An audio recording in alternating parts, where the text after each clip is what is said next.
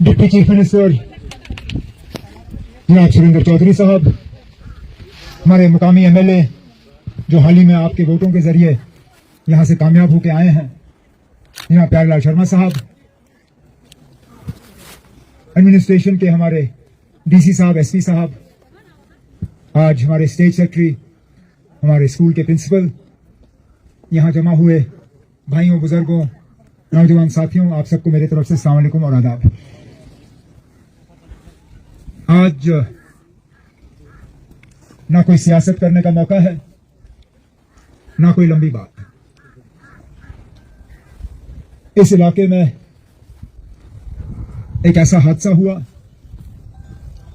जिससे कि कई सारे घर जो हैं वो तबाह और बर्बाद हुए।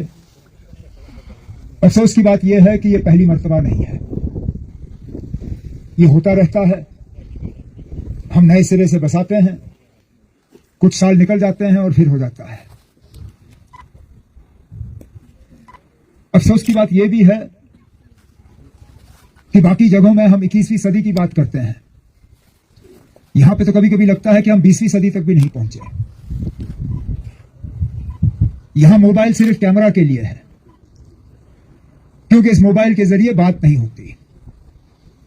और ये टावर कंपनी वाले भी हमारे साथ मजाक करते हैं, क्योंकि फोन पे तो वो जो सिग्नल का वो निशान होता है वो तो भरा हुआ है। एक लाइन नहीं, दो लाइन नहीं, 5 के 5 लाइन फोन पे मुझे दिखे। लेकिन जब मैंने फोन इस्तेमाल करने की कोशिश की तो पीछे से मुझे कहा, ना ये तो सिर्फ दिखावा है, इसमें करंट नहीं है। यहां आग लगी, अनंतनाग से हमें फायर सर्विसेज की गाड़ी मंगवानी पड़ी। 6.5 घंटे लगे उस गाड़ी को यहां पहुंचते हुए।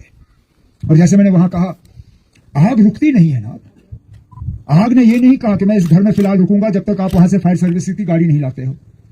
आग ने अपना काम कर लिया, हम अपना काम नहीं कर पाए। आग फायर सर्विसेज की गाड़ी ने नहीं रोका, लोगों ने मकान तोड़े। अगर वो मकान नहीं तोड़े होते कुछ नहीं बचता। तो वहां पे जब हम बात कर रहे थे, एमएलए साहब उन्होंने यहां टनल की भी बात की, यहां बेरोजगारी के हवाले से बात की।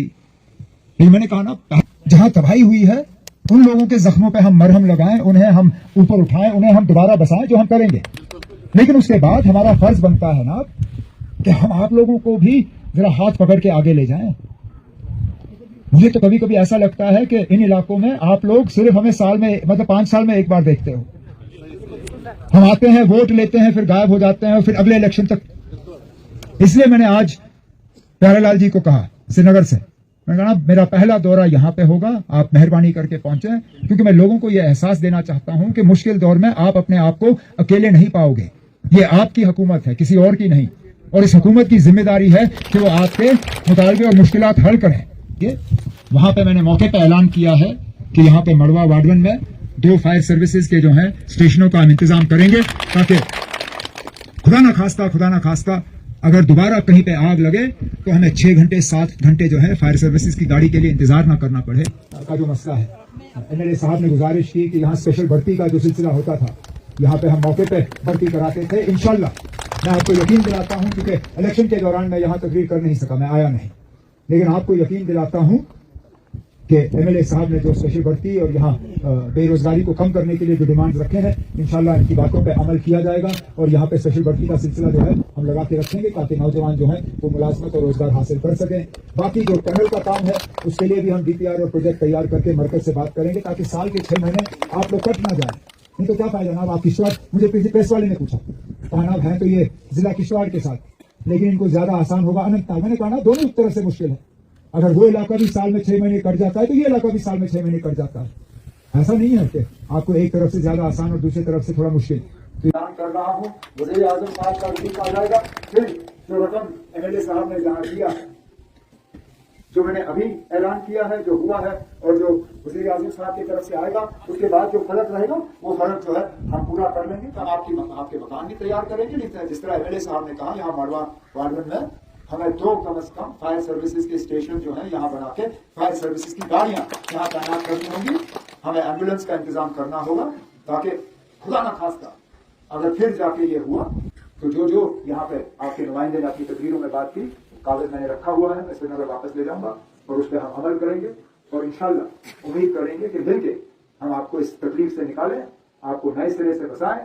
और जो फिर लंबी बातें हुई स्पेशल रिक्रूटमेंट की, यहाँ पे मुलाजमत की, यहाँ पे टनल की, बाकी चीजों की, मैंने कहता हूँ इस खूबसूरत वादी में अगर ये टनल बने तो टूरिज्म का जो यहाँ पे दबाव होगा, आप लोग सरकारी मुलाजमत ढूंढोगे भी नहीं। और इंशाल्लाह मैं आपको यकीन दिलाता हूँ कि इन सब चीजों के लिए हम प्रोजेक्ट तैयार करेंगे। प्रोजेक्ट हम दिल्ली भेज के उनके साथ बात करके आपको इन 5 साल में हम जोड़ने का काम और आपके मुताबिक हल करने का काम करेंगे, लेकिन फौरी तौर होंगे। और जितना भी हम आपके लिए कर सकेंगे, मैं आपको ये यकीन दिलाता हूँ कि इस मुश्किल दौर में हम आपकी मदद करेंगे और आपको ये अकेलेपन का एहसास नहीं होने देंगे। यही कहने के लिए मैं आया हूँ और अल्लाह ताला आपको अपनी हिफाजत में रखे और दोबारा इस तरह के हालात आपके साथ नहीं हो, यही हम अल्लाह ताला से दुआ करेंगे। जो भी आपके मुतालबे और मुश्किलात हैं, मौके पर हम ऐलान करके उनको हल करके आपको दे देंगे। यही मैं आपको और आपके एमएलए साहब को यहाँ यकीन देने आया हूँ कि ये हुकूमत आपकी है, हम आपकी उम्मीदों के बराबर जो है काम करेंगे और इंशाल्लाह मैं उम्मीद करता हूँ कि जल्दी मुझे दोबारा वापस आके इसी तरह आप सबसे मुलाकात का मौका हासिल होगा। शुक्रिया।